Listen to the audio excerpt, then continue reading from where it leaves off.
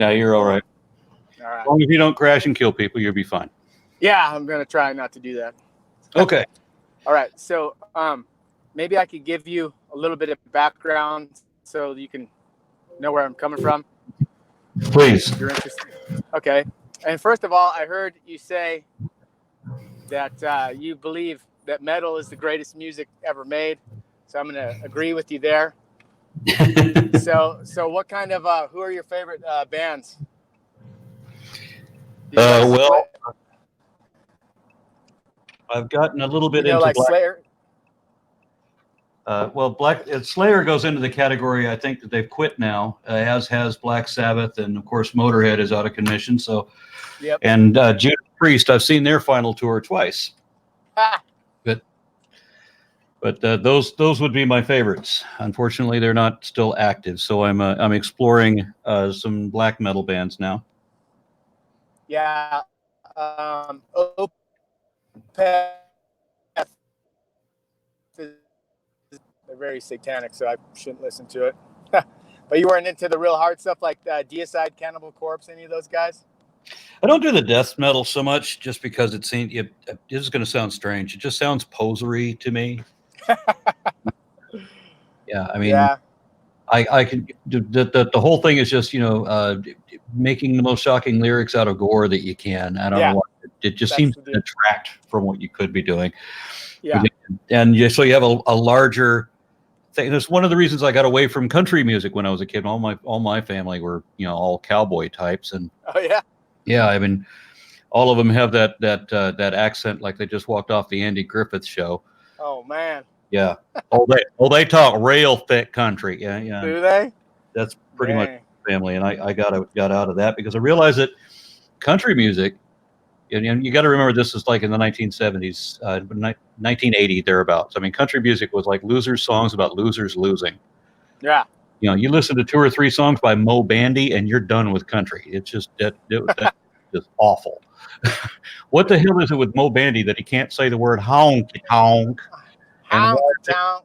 Yeah, why is everything involved a woman? Why is it a what? Can't you say words right? Yeah, it's like you instantly sound like your IQ points drop with that. Even if they're really smart, it just doesn't sound like it. Yep. But yeah, I remember trying. I was working at this one place. I was working at a pizza place with some other people. I mean, it was one of my first jobs, and I remember trying to listen to country music, and everybody complaining about it. And then, we would take turns, and so I would make them listen to that stupid hillbilly shit that I don't know. This was like a phase that I went through for like all of 6 months, where I really tried to embrace my family's culture, I guess, and try to be country. And then on their turn, on the rock guys' turn, there was a Cradle Will Rock come on, and the opening guitar riff for Cradle Will Rock, Van Halen. Yeah. I heard that shit and I was done with country. I'm like, what the? What was that? Give me more of that. Yeah, for sure. Yeah, when I first heard Eruption, because that was a little bit before my time, but I was into the real speed metal stuff, and one of my buddies was into the classic rock and played Eruption for me. I was into it, man. Eddie Van Halen. Yeah. Yeah. So, and I was already a Black Sabbath fan. I was already into the harder rock. Like I said, I went through this phase. Yeah. Where? Yeah. I think Sabbath kind of started metal like that. There's a lot of disagreement there, but I mean, their early stuff was. Yeah. I mean, at the time, there was a time when Black Sabbath and Led Zeppelin were both considered blues. They were both classified as blues because there was no term heavy metal. Right. Yeah. But their early stuff, man. It had only been used in music in one song by Steppenwolf, which some people arguably they would say that Steppenwolf started heavy metal, though. That's certainly hard rock. Right. Not quite metal till you get to Sabbath. And then whether we include Led Zeppelin in that is another opinion question. Right. Yeah. Well, so some of my background, I was raised Catholic, but we were in the family that was in church every Sunday, but never talked about it at home really, like we didn't read Bibles, and, we'd say some prayer really fast, some Catholic prayer for dinner time or something. But anyways, fast forward, I got into drugs at a really young age. My parents were really straight-laced Catholic people. I was just kind of a rebellious shithead, you know. I have no horrible things that happened to me that caused me to go bad. It was that damn rock and roll music, you know. I got into, you know, the devil's music. Yeah, the devil's music. I was into like Guns N' Roses, Metallica, Pantera as a kid, you know, and they were all about sex, drugs, and rock and roll. So that's kind of just what I wanted to do. So I went that route, and in doing so, you know, I had like a vague faith in God, but it wasn't anything substantial. Just like I felt like God was out there and he was probably angry with me and I wanted to rebel, kind of thing. Like, so I'm going to hell anyway, so I'm going to be a bad guy or something, you know, just something stupid like that. But I got really deep into drugs and got into like that satanic death metal scene, was in a band and did all that type of stuff. And then I was into it seriously for a little bit, but then it just kind of turned into a joke. So I was pretty much a practical atheist. And I used to like screwing with Christians and trying to talk them out of their faith and making fun of them and everything, because that just kind of goes with that scene. But then I totally really got deep into my drug addiction and my life is ruined. I'm homeless, you know, and like I hate God, I hate Christianity, I hate all of it. But I was searching for something. I needed something. And I did not want it to be Christianity, but I was looking into Taoism and Buddhism, and it just all seemed really stupid to me. I tried to get into it, tried to like force myself to kind of believe it, you know. Now, And, if you had been raised in one of the East Asian countries, then your first hearing of Christianity would have sounded pretty stupid. Pretty weird, yeah. Yeah, if you were raised with Buddhism and Taoism, Christianity is going to sound really ridiculous. Yeah, it's totally different. Yeah, and it could be that too. But then I wound up in a homeless shelter, and right next door was like, it's called the Gospel Mission. It's like a rehab for homeless people and stuff. So I wound up going into that. I was like, no, not the Gospel Mission. Gosh, Christians, you know. I was like, no, you know. But I ended up in there, and then so that's when I kind of got introduced to like Protestant Christianity, and I kind of bought in after a while being in there, because you're kind of force-fed church every day and everything, and I just prayed some really stupid prayers like, God, if you're there, do X, Y, and Z, and he did it, and I was like, oh, coincidence. And then some other dumb thing. I did that a couple times, and it seemed to pan out. I don't even remember what it was. It was probably something really dumb, you know. And then so I accepted, you know, had my come to Jesus moment. But shortly after that, I went back to drugs and ruined my life and kind of became an atheist all over again. And but then wound up in jail and screwing up my life. And then I ran into some old guys in the middle of nowhere, and I was all strung out on drugs, and they prayed for me. And this is part of why I'd like to explain to you and see what your explanation is. I kind of know maybe where you'd go with it. But I was in my drug addiction, you know, I was as an IV user, I was a thief, a total piece of shit, lying, whatever, get drugs, and used people. I was just a piece of shit. I didn't have much of a conscience about it, but I knew I needed help. I felt like I was going to hell. Like when I was running around in that last stretch, I had this overwhelming feeling that you're going to hell. And so I start running into these churches all strung out on drugs in this little town. I'm like, I need help, you know, and most of them were just weird. They didn't offer any help at all. They're, oh, you're fine, Sonny. You know, I'm like, no, you don't understand. I'm going to hell and all this stuff. And anyways, I ran into this group of small farmers having a little Bible study, and they prayed for me. And one of the old men was like, if you need my help, you give me a call. I gave him a call in the middle of the night. I went home. I couldn't do my drugs. I had sitting there, had a big bag of meth, everything ready to go. And I just, something inside me couldn't do it. So I picked up the phone. I called that guy. He prayed with me. And overnight, that next morning, I gave him all my drugs and we dumped it out. And from that day, that was about 8 years ago, I haven't had one craving, one urge, one anything to do meth or smoke. You know, I smoked pot for maybe about a couple of weeks after that.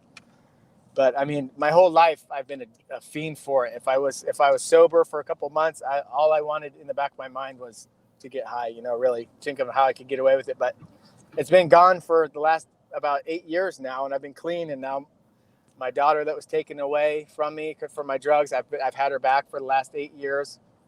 I have a family that's good, and my life drastically changed. But since then, I've gone. I started reading the Bible like crazy, and these guys that prayed for me, they were of a certain denomination, like I guess just American evangelical, non-denominational thing. So I thought, okay, well, this is what Christianity is, so I'm going to follow that. But the more I started to learn the Bible, what the preachers were saying didn't really line up with what it was saying, you know? So then I went from that denomination to another one who said, oh, we have the truth over here. So then I went over there and thought, oh, this is it. I found it. And I dive in head first, like, this is the truth. And then the same thing happened. I started seeing holes in their armor, saying, wait a minute, this doesn't make sense, what you're telling me. It doesn't even line up with what the Bible's saying.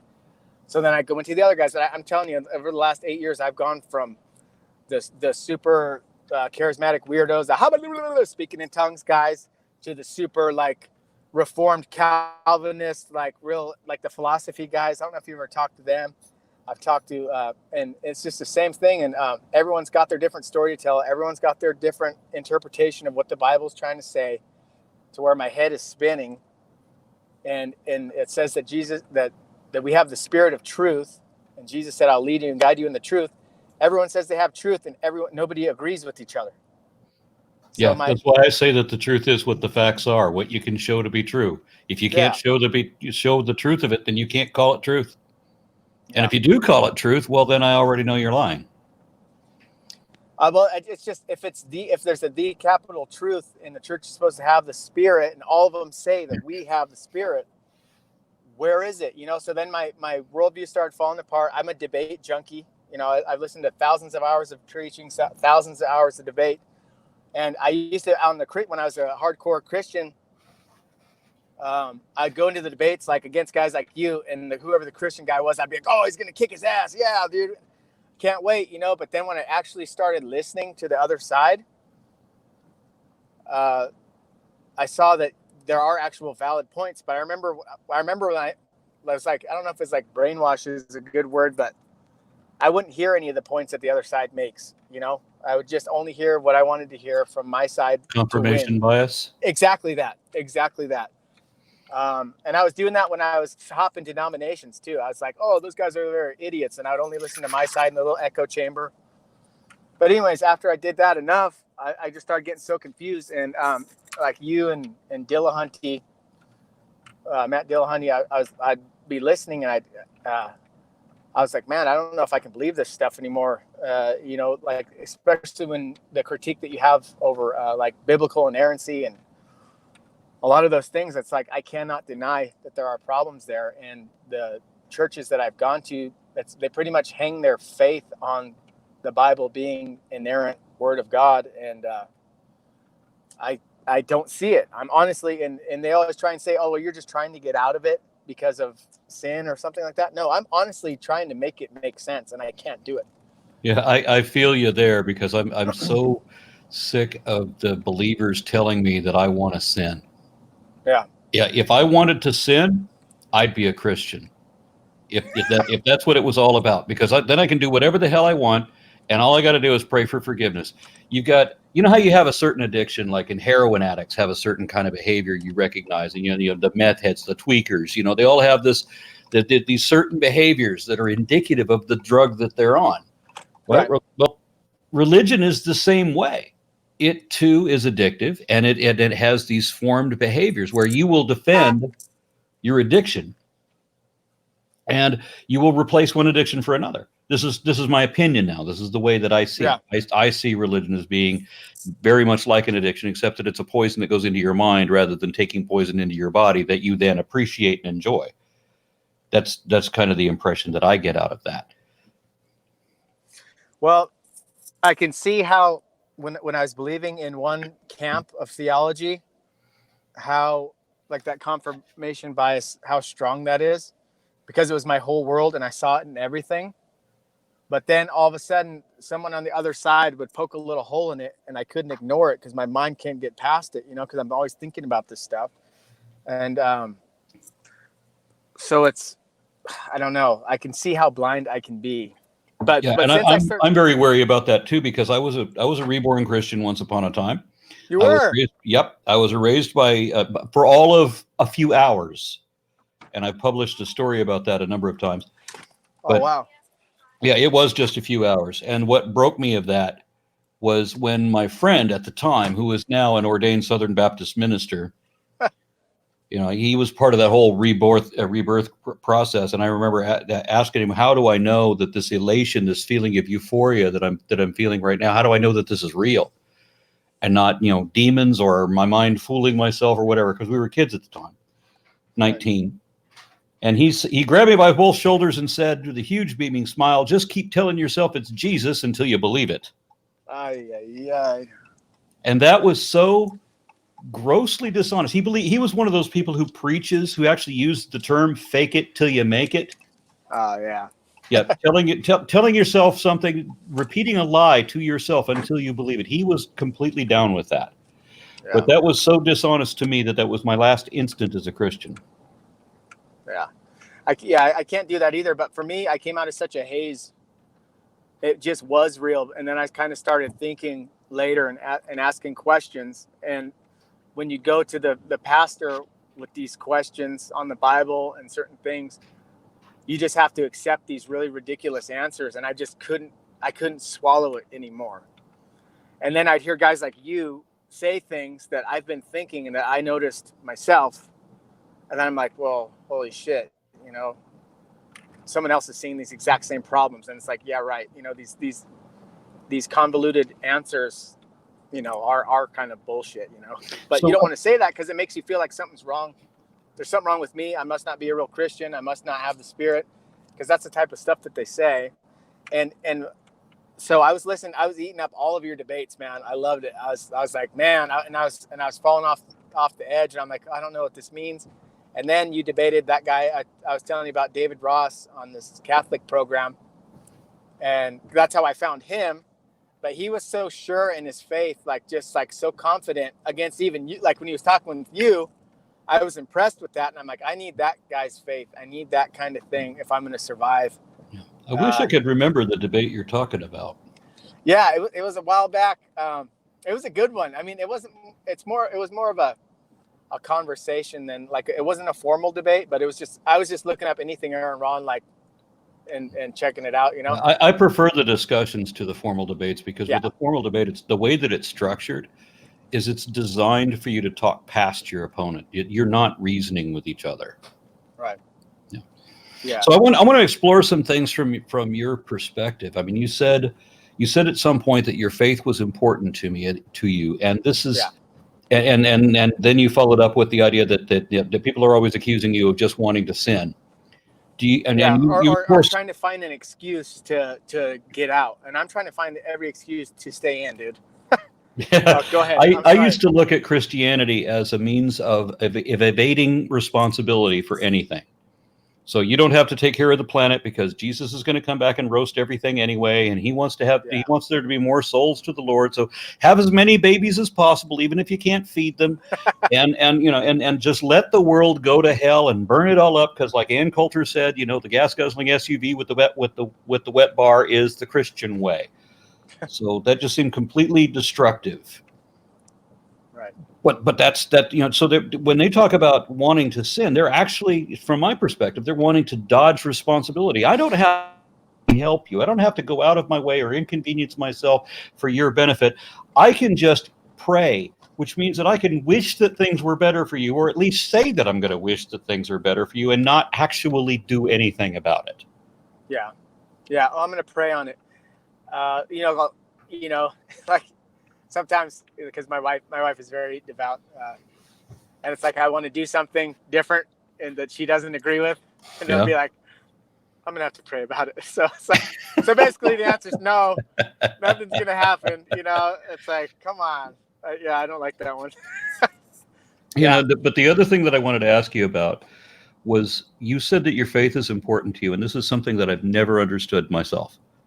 I just didn't. I mean, there was a moment in my life when I noticed that there were certain things that I liked to believe in that I could only find about in certain books, and they were always contradictions within those books. There would never seem to be any consistent line in multiple authorship like you would expect of any kind of reality. right? So I'm like, well, why?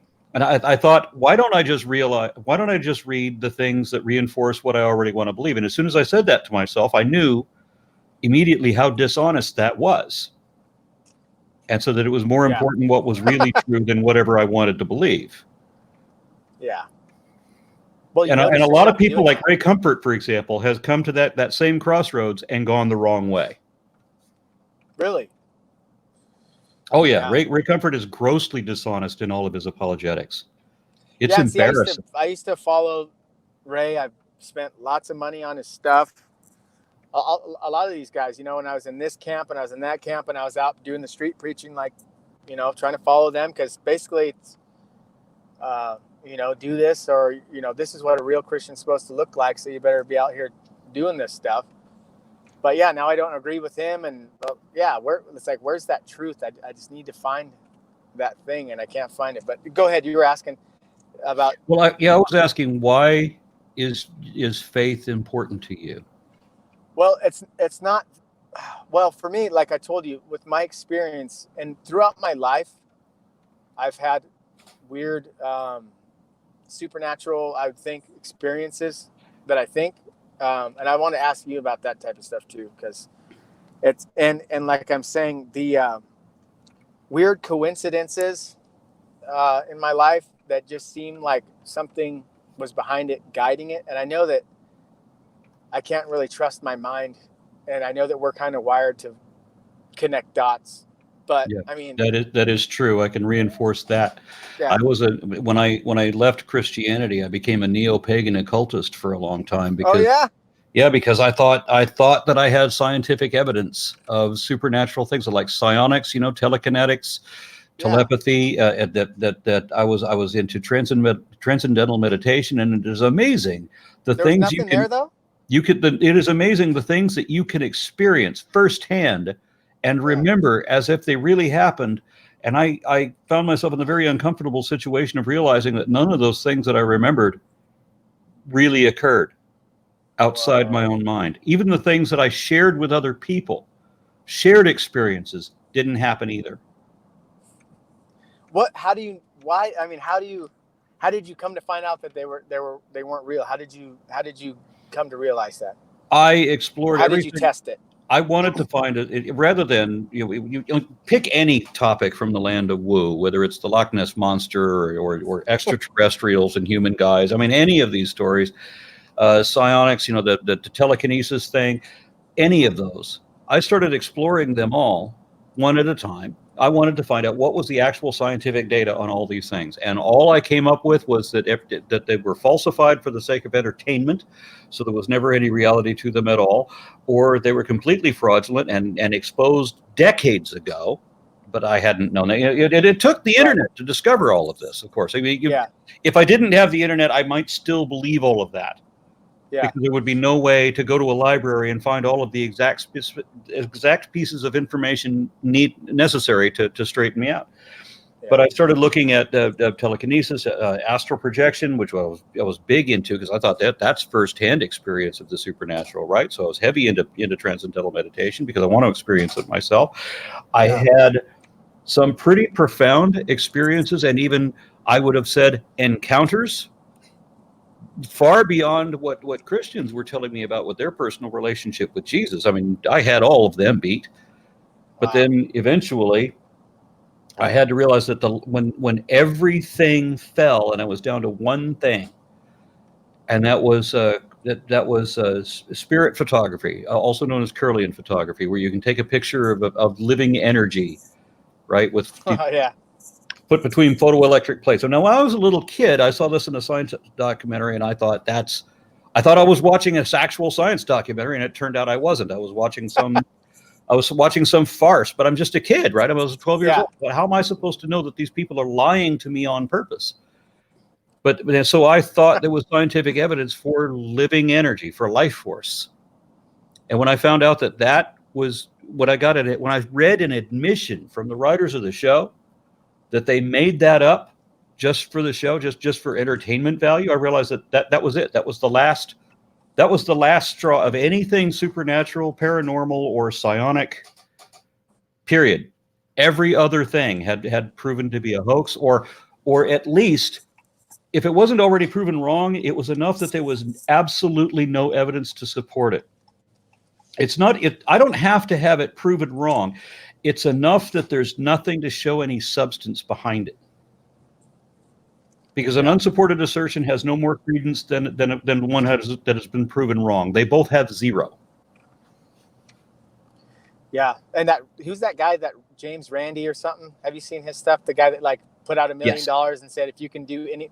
Yeah, I went through a lot of his videos. I've been to his house a couple of times. Have you? That guy, man. Yeah. that was great for me. I mean, that pretty much myth busted so much stuff, because, you know, all those people were charlatans. All of them were quacks. People, a lot of those guys had a following in the 70s, were really popular, and he totally that guy was, I mean, he did great. That was awesome. But for me, the reason why it's important, I don't know, but well, for me, those experiences that I've had, the experience that I told you when those guys prayed for me, I know that something happened to me. Because I really think that there was some negative stuff in my life, in my heart, that were just a fundamental part of me, you know, that was changed. So I always go back to that when I'm really doubting. And it's important to me because I know it's a lame argument and everything, and it's not because of this argument, but kind of like a Pascal's wager sort of thing. In a way, it's like I'm still afraid of going to hell. I'm afraid that as I'm doubting these things, it's like it's fearful for me. I don't want to be wrong, and it's like how everyone's saying, "Oh, you're just being deceived." That's what I'm being told, is that I'm just being deceived, and like the devil's tricking me or playing. And I know, and I'm just trying to take that seriously, because I know that might be a possibility. But all these years of really being a Christian and trying my best, all of these doubts and things are real. But what I'm coming to, because that guy David Ross, he kind of encouraged me to check out Catholicism, and that's like the last place I would ever wanted to go back to, you know. But just he was so firm in his faith, I just wanted a piece of that. And he's since become a dear friend and stuff. But, you know, and I've been going there and looking into it too. And for a minute I had some hope, but I'm just falling back into it, because it's the whole biblical inerrancy thing. Because he told me, hey, we don't need the Bible because we have the church. The church tells us what the truth is. It's been the same since day one. So that was very attractive. They said, we have the authority to tell you what it means and all that. But then we can have a conversation about Catholicism and yeah, I mean, I'm totally and how down. much it didn't change. but then they have a dogma in the church that says you have to believe that the Bible is inerrant. So it's like so now I'm back to square one, where I can't overlook these things. Like you know, the verse that's on every Christmas card about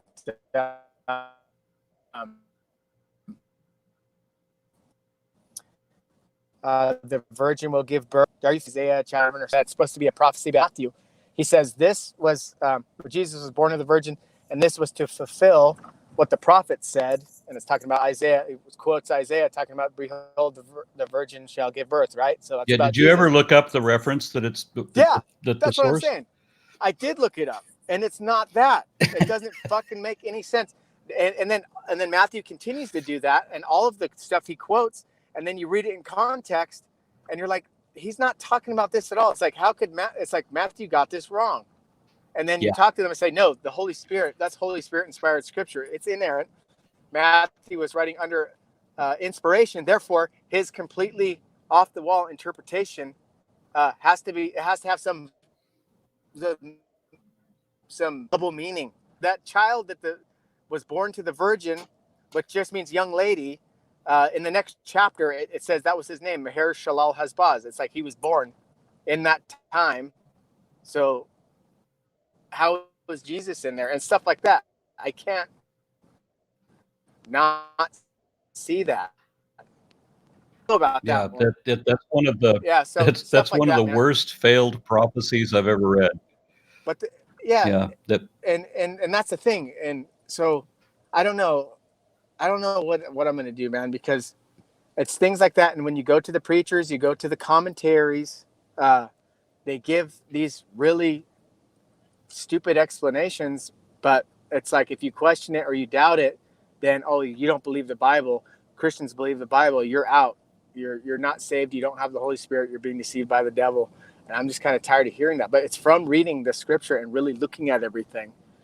And I know I'm not the smartest guy I in the don't world. know. I don't know how to convince you that there's no hell. I know that was something I was never afraid of, even when I believed in hell. Yeah. I mean, I told people on a number of occasions that I was so disgusted on my first attempt as a child to read the Bible that I was so disgusted that the character of God in the Bible is certainly not the being of loving wisdom that he was made out to be. This is a tribal. This is a bigoted, uh, superstitious, stupid being. And so I remember having a prayer. I prayed to God in the privacy of my own room, like you're supposed to, rather than being like the hypocrites, like being out there Yeah. where you can pray, where you can see, where they can see you. I remember praying to God, asking Him, demanding that He explain Himself, that He either explain how, so I can understand how all of this stupidity isn't as stupid as it sounds, or let me know that the mere fallible men who wrote the Bible got Him all wrong. And in a sense, I got that prayer was answered because I've known forever. I mean, I've seen a million examples of evidence that the Bible was just written by people, who obviously had no idea what they were doing. And sometimes you get believers who admit that all the different religions are just a handful of blind men trying to describe an elephant. The elephant thing. Yeah. Yeah. I've heard that. And that's how I was feeling going from all these different theological camps and everything. So yeah, trying to explain something. And it's, I don't know. I don't want to get that wrong, because it's kind of bore into you. And I had that experience and I kind of, I don't know. I really don't know. My wife, when she finally gave up Christianity altogether, when she gave up her belief in God, not just Christianity, but when she gave up her belief in anything supernatural at all, she was for years plagued with nightmares about Jesus condemning her to hell. Whoa. It's deeply ingrained into you, this kind of behavior, and it is really hard to escape. So I'm not going to pretend that I can talk you out of hell right now. All I can say is that I was never afraid of it, and it was the first religious belief that I let go of years before I let go of Jesus and God. And Jesus and God are separate beings for me. Right. Partly because I was raised in a binitarian church, not a Trinitarian church. Yeah, and the Trinity thing is another thing that, dude, I can't deal with it anymore. It doesn't make any sense. And they're like, oh, it's not supposed to make sense. Well, no. So basically where I'm at is maybe it's just fundamentalist Christianity, mainstream is what I'm rejecting because it's obviously false. All those things, I mean, they're false. They don't even make sense out of the Bible itself. They twist it up. And it's obvious that each camp is twisting it somehow to fit some mold that they're trying to work out, some theological framework. So I don't know. What I want to caution you about, as you mentioned that you said that you went to atheism twice, and that both of those were associated with a drug fixation. Yeah. And another place where we're going to have a difficult time relating to each other is that I was never interested in drugs. I think one of the beneficial aspects of my life is that very late in my life, I was like 24 or something like that, before I became addicted to cigarettes. I did that making fun of other people because it was the great smoke out. Seriously, it was a great smoke out of 1987, and people were going to try to go a whole day without cigarettes. And I remember sitting in the lobby of my college dorms with 5 cigarettes. I went up and bought a pack of Marlboro. I got 5 Marlboros all lit at the same time. I'm smoking 5 fucking cigarettes at once. And I'm like, they're good. Oh, You want tasty. one? Yeah. Ooh, you do. You're weak. I'm making fun of people because I was a dick. Right. And, I like it. and at some point, I realized that I got high off of cigarettes, and I thought it was funny. do. I would only get high for like a whole minute, Yeah. but it was still funny. I would do almost anything for comedic value. So somehow or other, I ended up getting addicted to that last drag off a cigarette, and then till finally, actually found myself addicted to smoking. And it wasn't as easy to quit as I imagined that it would be. And Hell no, it isn't. it was a huge dent in my ego. Yeah. I mean, a big one that I couldn't just put the fucking cigarettes down or just choose not to go buy cigarettes, so that I still had that yearning for cigarettes. You know, so I would like beg people for that last drag off their cigarettes. Yeah. How fucking pathetic. Been there, is dude. that? Been Yeah. there, man. How Yeah. If I didn't have that experience, though, I would have had no empathy at all for what an addiction even is. Right. So I mean, most of my family are chain smoking alcoholics. A lot of them have had addictions to other drugs. I've lost one of my dearest friends in the world to heroin, and it's just not something that I can relate to because I wouldn't have experienced that. If I hadn't been addicted to cigarettes, I would have had no concept of it at all. Right. So I'm concerned that because religion is very much like, and it's so much like an addictive drug that it easily takes the place of an addictive drug. And the difference is that with heroin, with meth, and a number of others, you do tend to lose at least the trust of your family, if not your family, and then all of your personal belongings, as you well know. But with Christianity, that's the addiction that is rewarded. And then people will hire you if you're addicted to that one. So it becomes very dangerous to walk away from that particular addiction, or even to realize that it is an addiction. Right. Yeah. But and there's nothing to replace it. That's the other thing. I got nothing. Yeah. I can't give you any promise. All I can say is that statistically, your story is an anomaly. There's a thing called the Clergy Project that's being run by Dan Dennett's wife, and what they've noticed is that all these preachers will eventually come to the conclusion that what they've been preaching professionally, they don't believe themselves anymore. So they find themselves lying to a whole congregation full of people and knowing that they're lying, which has got to be terribly disturbing. But when you're like 45 years old and this is all you've done since you were 18, what the hell do you do with yourself, right? So they go for a social network and a rehabilitation network. And what they've noticed statistically with the Clergy Project is that people that come out of their religious beliefs tend to be more tolerant, less bigoted, less prejudicial. They tend to be more curious. They go back to college, not because they have to, but because they want to know stuff, because they've been lied to all their lives or what happened. So the idea of becoming the base of the sewer kind of, because Christianity, when people talk about how they got to be Christians, is very often a story like you, heavy into drugs. My life was at rock bottom. I had to do something, and so that was the ladder out. Very common story. Right. But the idea of coming out of religion and then going back to that rock bottom position is actually strange. That's not typical. Right. Yeah. Yeah, I don't know, but I just all of these reasons. This is something else I wanted to throw at you. Even within, and this is something that's kind of holding me back too, is that all of these reasons, and like how in the atheist community, because the atheist community, it seems like something that's fun to get into, almost kind of like a religion. I know you don't like that, but it kind of like is like you can get in the club, you can wear like the cool shirts, and you can get in, because I'm in all the atheist chat groups, and I have fun. I like talking with these people. They're fun to talk to, and they joke around and stuff. But I mean, you live anywhere? It's kind of like it's a club too. You don't live anywhere in near Arizona, do you? No, I'm in Nevada, Reno, Nevada. Okay. Well, that's okay. Not too far. The next American Atheist National Convention is in Phoenix. Yeah. And If you've not been to an atheist convention, we hold one of the better ones. Do you? Cool. Yeah.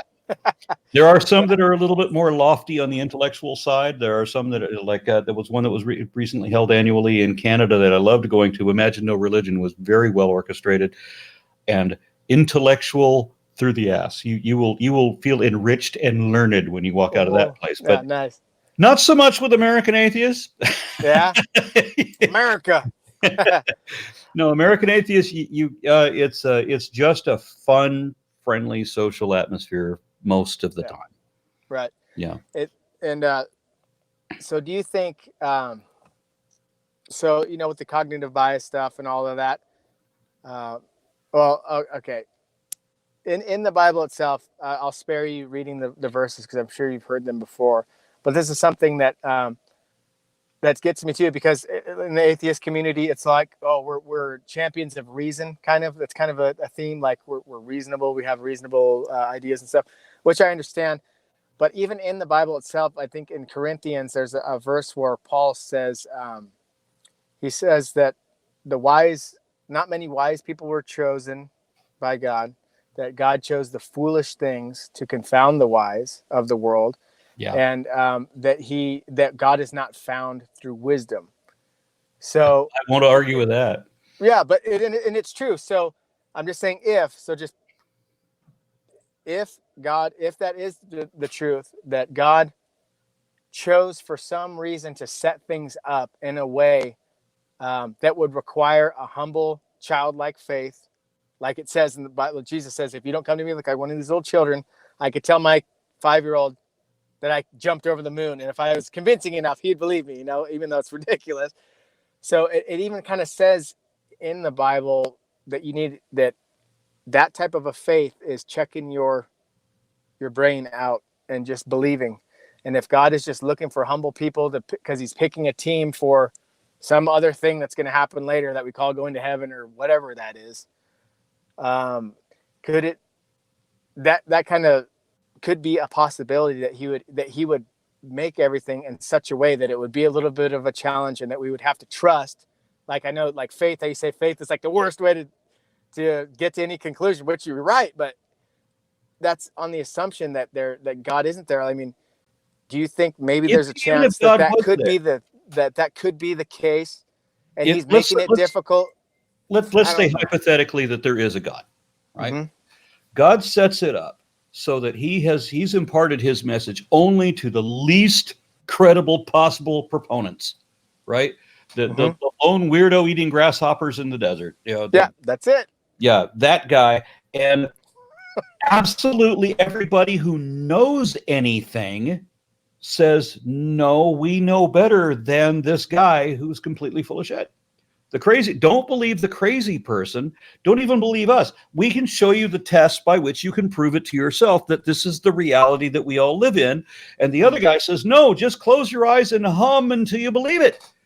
And if you don't believe in Jesus, ask him to prove himself to you, and fast in the desert for 7 days and constantly ask for Jesus to prove himself. And if you constantly talk to any imaginary being, it doesn't matter who the imaginary being is, but if you constantly talk to him, eventually they're going to start talking back. So all you got to do is make believe, right? So God sets this thing up. So we're only supposed to listen to the crazy people and not to the people who actually have the goods to prove the point. And then God is going to damn us forever, merciless torture, infinite punishment for a finite crime. And what is the finite crime? We weren't gullible enough to believe impossible nonsense for no good reason. That's what we're being punished for. Well, damn it, you have to put it that way, don't you? Yeah. If God existed and he set this system up, then he's the ultimate shit. So he's the worst person imaginable. I mean, Hitler times a gazillion. Yeah, well, yeah, you shot that down pretty good. I don't know, man. I just, I'm just clutching on. But I mean, but then I read verses like that, and I'm like, okay, well, God, it says that he gives grace to the humble and resists the proud. And I know that we all have this pride, and some of the stuff stuff like that. Like, I don't like pride. I don't like ego. I know I have it in myself. Yeah, I want to talk to you about that too, if I can. No, and it's things like that to where the Bible talks about things like that, to where it seems like that you're not comports with reality. You're not going to hear this from anybody. You're not going to hear this from anybody else. Okay. When I was a kid, I lived in Los Angeles, and I actually physically met the Manson family twice. Wow. So at least twice. But because I'm older then. But anyway, the thing was I was kind of fascinated with Manson's story, because his form of mind control was unique. And a couple of things that he said have actually come relevant in this discussion. And one of them is where he mentioned pride. He would anally rape people in his collective in front of everybody else, so that they would be stripped of their pride. Because pride comes attached to two other things: honor and shame. If you have no honor, if you have no pride, then you have no honor and you have no shame. And Manson said that that if you could strip someone of their pride, you could manipulate them to do anything. That it was only pride that stopped them, that made them resistant to the most evil commands that he could come up with. That's why religion does not want you to have pride. Right. It's pretty good. But it seems like the other thing he said that I thought was relevant to our discussion is where he said that that if you repeat a lie often enough, people will believe it.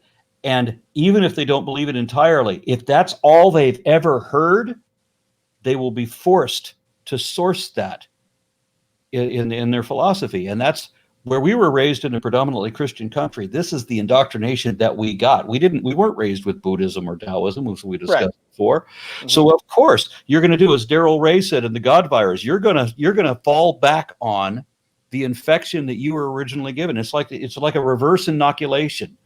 You were given the injection for polio, and then polio just waits for the moment to attack you. If diseases worked like that, because this is the way religion works. You get that inoculation for Christianity, and then at the moment when you are susceptible, Christianity is the disease you get. If, however, you were inoculated for Islam, then you become Muslim. Yeah, and I have to admit, if I was raised in a predominantly Muslim place, I probably would have been Muslim. I get all that, but but yeah, I don't know where to go from there, man. But so do you? I don't know, but it seems like a lot of what you reject is like fundamentalism, right? Like it's the fundamentalists, and you were raised Mormon? Yeah, but the thing that really gets me, really gets me is, and this is honest, that this is my whole issue with religion. Asserting empty speculation as if it were a matter of fact is dishonest. That's it. Okay. So when you tell me who God is, or what God is, or what God hates, or whatever, you don't even know if God exists. So how can you be so certain? Yeah. About any of the other details that you want to throw in about it? And people will tell me, like my own family will tell me, "Oh, I know that there's a God." No, you don't know shit. Yeah. You assert. Well, and then because you want to make believe. That's it. You don't know dick. What you know is what you can show. And if you can't show it, you don't know it. We're done. And when I ask people in all these different camps, they'll tell you this is how God is. And well, how do you know? Because Revelation, the Bible, our interpretation.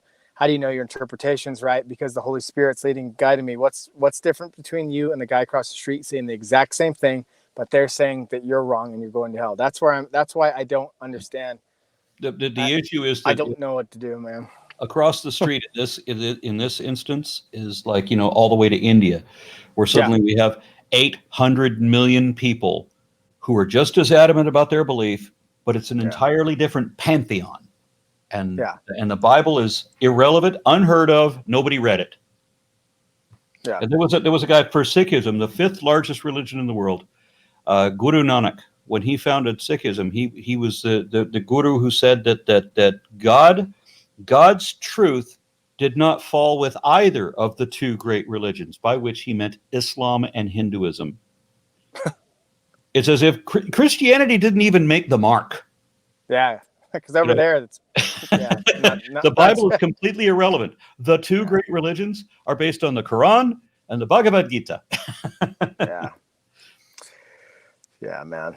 So how are we gonna make sense with all that? But I don't know, man. That's the whole thing. I won't because I did the same thing when I was a neo-pagan occultist. I wanted people to know the truth. I actually used those words.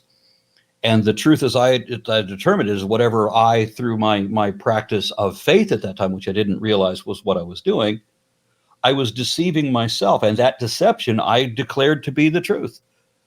So now I am much more skeptical of my own declarations of truth. And you mentioned earlier in this discussion how you were concerned about deceiving yourself. I'm very concerned about that. So I have done it to myself for two different religions now. I want to make sure I don't do that again. Yeah. And you do check yourself to make sure that even in your atheism, you're not doing that. Yeah, I'm open to being wrong. I've been proven wrong over and over again. And what would is there anything at this point that would change your mind to think maybe Christianity? Yeah, or anything. Well, because I mean, we could get into maybe because I got to pick up my son here in a minute, but I mean, there's the intelligent design stuff. I know but I know even with scientific evidence, there's just one scholar against another scholar. It's worse than that. I can't. It's worse than that. It's one scholar lying, and we can prove that the other one and that guy is lying, and 100,000 scholars that say no, that one guy is lying. Stephen Meyer on Prager University's video is lying his ass off. You think so? You think he knows? Oh, yeah. You know, the hell could he not? So yeah, so he says, I'm stupid. I don't know. I'm not a learned guy, so when I can buy their arguments, but I don't know. Yeah. Well, honestly, I can tell you this. If there really was a God, evolution is still an inescapable fact of population genetics, a demonstrable reality we have to contend with that has been at the root of all of human agriculture for thousands of years. And the Bible is still man-made mythology with no truth in it. That's if God exists. Christianity is still wrong, even if there is a God. Even if it was like stripped, because I'm just trying to hold on to this. I'm asking you, all right? Even if we strip away all of the traditional man-made, the mythology and the stuff, like, is it possible, do you think maybe that that mankind, that something real did happen and people have just gotten a hold of it and just finger effed it and molded it in so many different ways, and like the blind men making up all their bullshit when with the elephant deal, but there really is an elephant because you said the majority of people do believe in this superstitious stuff.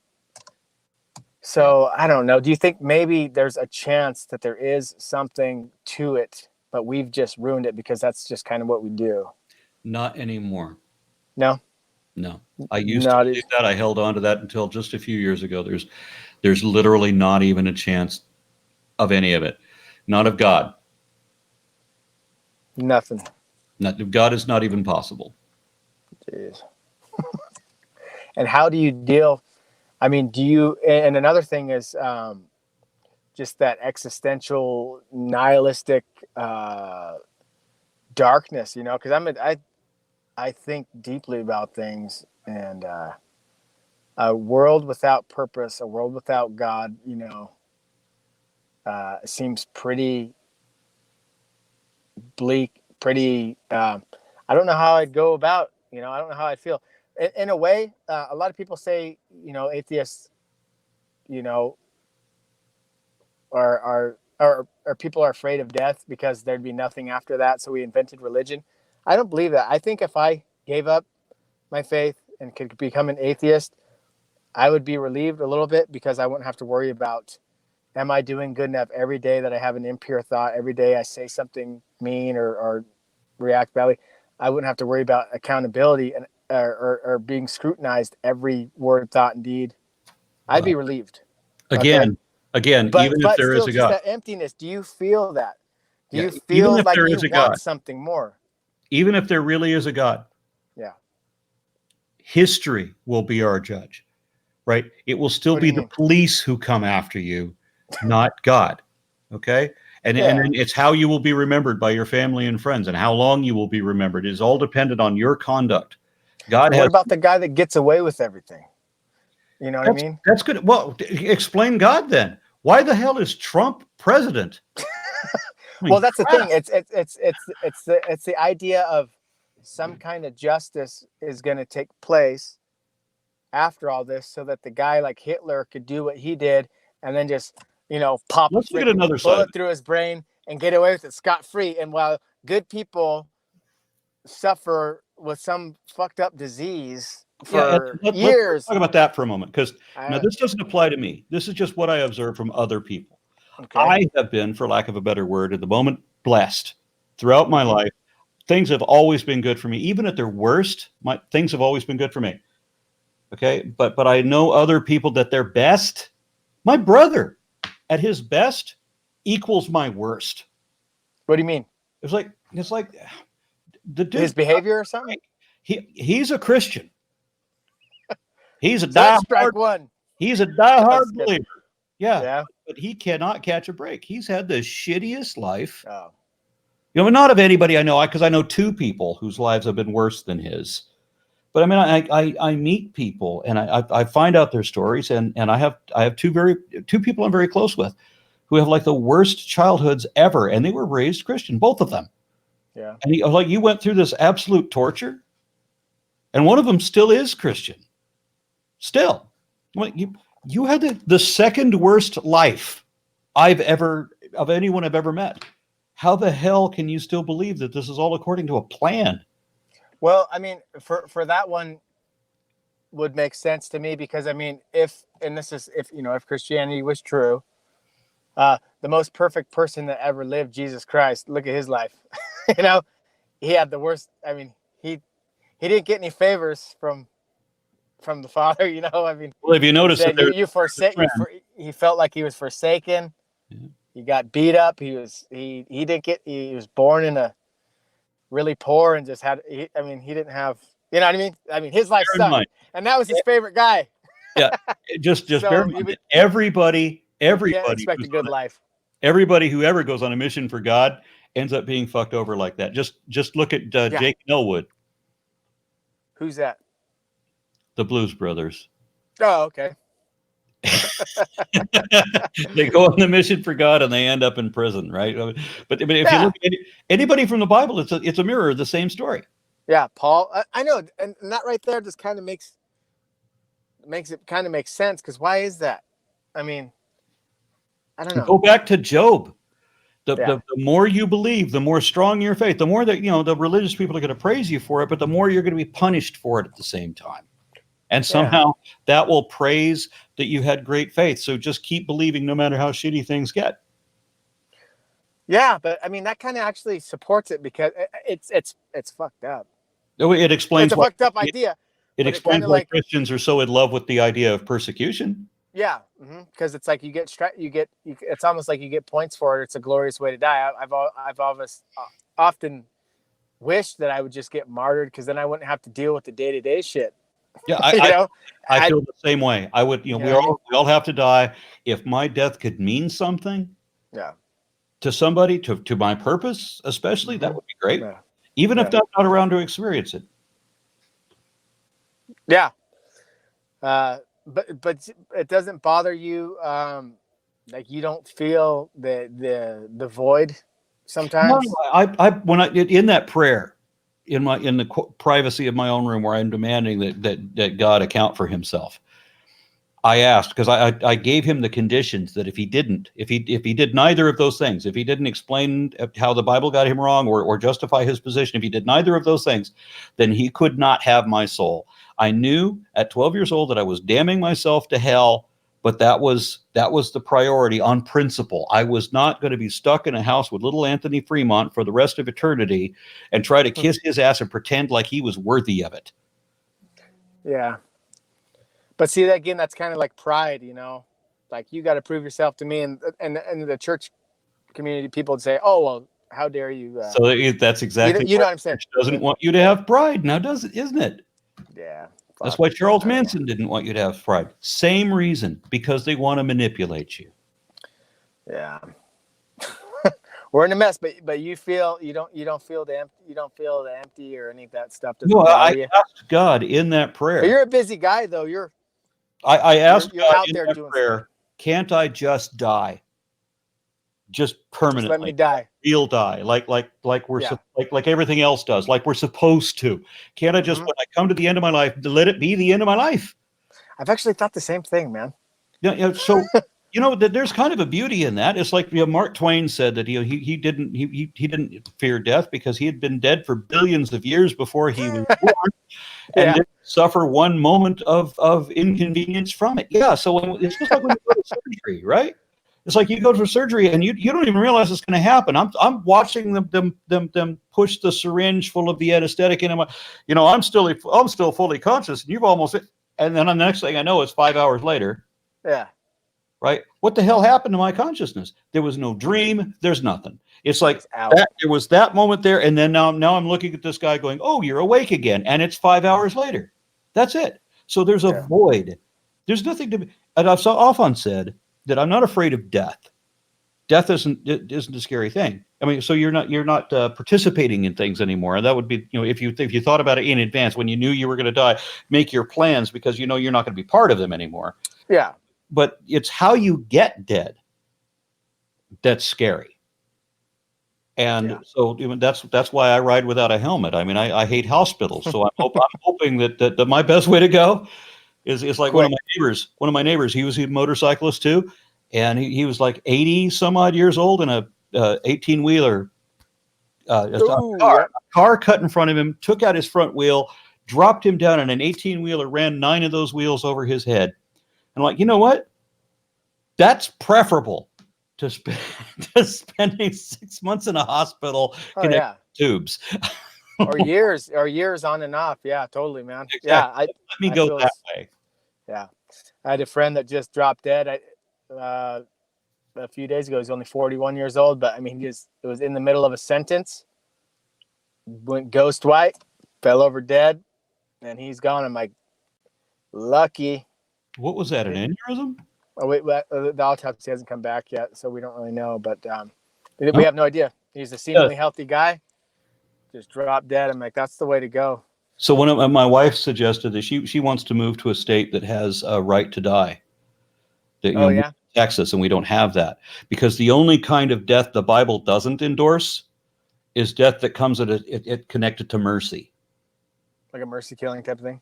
Yeah, so a euthanasia, putting somebody out of their misery or committing suicide. There's a couple different ways. There are 2 or 3 different means of killing that are actually merciful, and if it doesn't involve suffering and terror, then the Bible's not down with it. Yeah, that is interesting.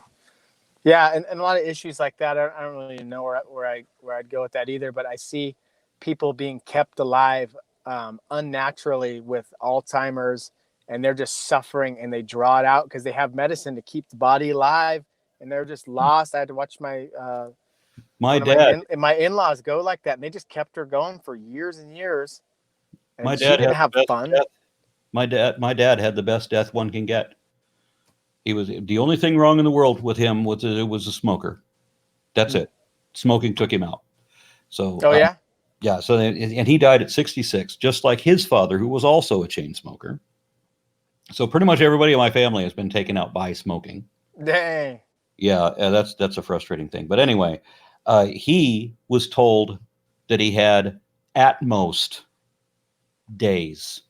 couple days maybe to live.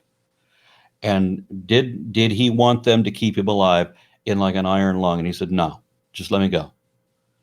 And we had just enough time to make the trek up to where he lives, which is way out in the middle of fucking nowhere, because he liked to be out in the middle of nowhere.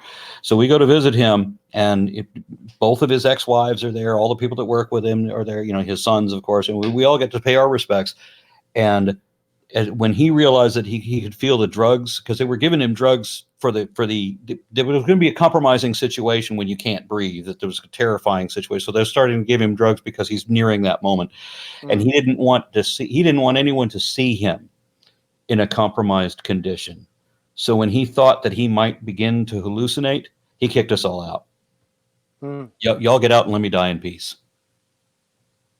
And it was, we barely made it home from to the nearest house. I mean, I don't mean across state. I mean to his house. We barely made it to his house from the hospital before we got notice that he had gone. Wow. And like, so you just have a room full of people telling you how much they love and respect you. Everybody bows out with a handshake or a hug and a salute, and and then you're gone. That's brilliant. That is pretty good. Did he do that? That's negotiable. That's a different story. Yeah. I don't think I deserve that, but and I know a lot of people who did and didn't get that. So that's Well, my brother, I got to get in and pick up my kid. This has been real. Thanks for talking with me. I mean, I can't believe that you even talked with me. I've been following your stuff, and I just want to throw a couple ideas at you. And I don't know still where I'm at, but I really appreciate you talking with me. And it's my pleasure. I appreciate you reaching out to me, because generally when a Christian has a crisis of faith, I'm not the guy they call. Yeah. Well, I wanted to. I don't know. I'm not getting answers otherwise, and I wanted to kind of share my faith with you, and of course maybe have some delusions that you'll be like, oh yeah, that sounds good. Maybe I'm wrong, but but you know what I mean. Like, I wanted someone who will tell me straight. I know you have your bias too, and I have my bias, whatever. But I mean, I fight against the bias. Do you know what I mean? I don't want to have a bias, so I do everything I can to minimize or eliminate mine. Yeah, and my worldview is just falling apart, and I don't know what to do about it.